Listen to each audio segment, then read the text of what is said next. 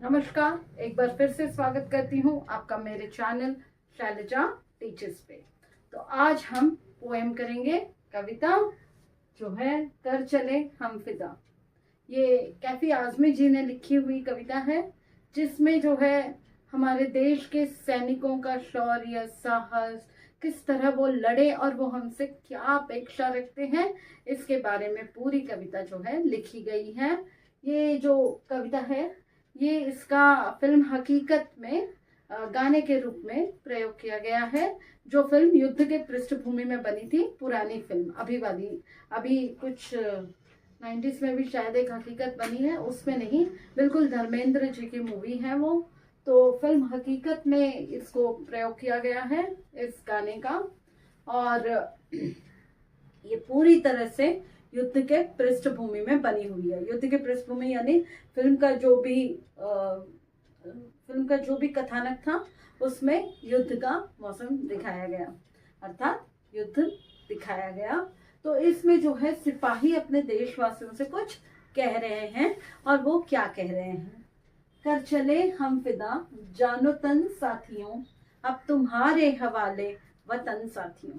वो सैनिक अपने देशवासियों से कहते हैं, हमने अपना जान और तन यानी प्राण और शरीर दोनों देश के लिए छोड़ दिया है। अब तुम्हारे हवाले पूरा का पूरा वतन है। वतन अर्थात देश। अब इसे जो है संभालना आप लोगों का काम है। तो किस तरह लड़े युद्ध भूमि में, वो किस तरह लड़े, आगे उसका वर्णन है। सांस थमती गई, नब्ज जमती गई, सांस थमती गई, नब्ज जमती गई, फिर भी बढ़ते कदम को न रुकने दिया। सर हमारा कटा तो कोई गम नहीं, कट गए सर हमारे तो कुछ गम नहीं, सर हिमालय का ना हमने झुकने दिया। तो सैनिक कहते हैं कि सांस हमारी थम गई, अर्थात दुश्मन की गोलियों से हम छलनी हो गए, हमारी सांसें रुकने लग गई, अर्थात हम मृत्यु के काफी पास पहुंच गए।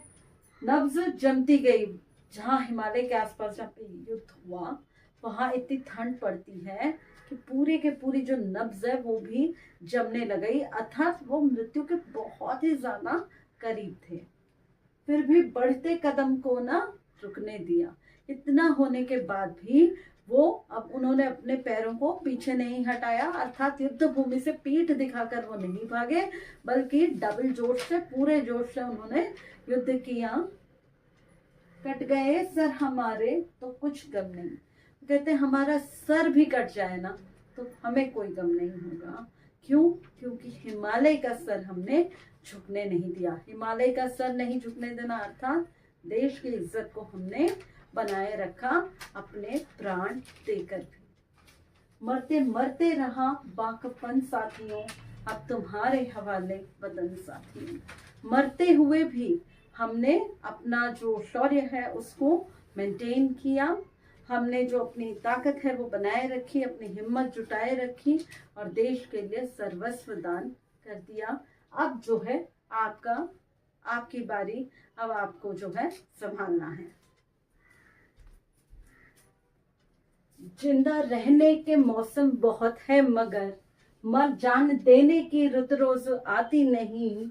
हुस्न और इश्क दोनों को रुसवा करे वो जवानी जो खून में नहाती नहीं। आज धरती बनी है दुल्हन साथियों, अब तुम्हारे हवाले वतन साथियों। तो अब जो है इस पैराग्राफ में क्या कह रहे हैं कवि, देखिए सिंपल हिंदी है, समझना बहुत मुश्किल नहीं है।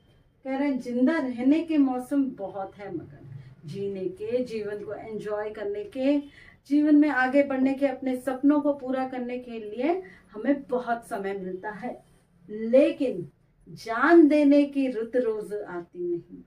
ऐसी रुत, ऐसा मौसम हमेशा नहीं आता कि जान देने की नौबत आए, और वो भी देश पे जान देने की नौबत आए, फिर तो कहना ही क्या। एक सैनिक के लिए ये सबसे बड़े सम्मान की बात होती है।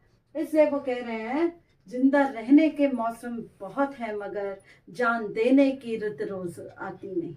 रोज रोज देश पे कुर्बान होने का समय नहीं आता है, मौसम नहीं आता है।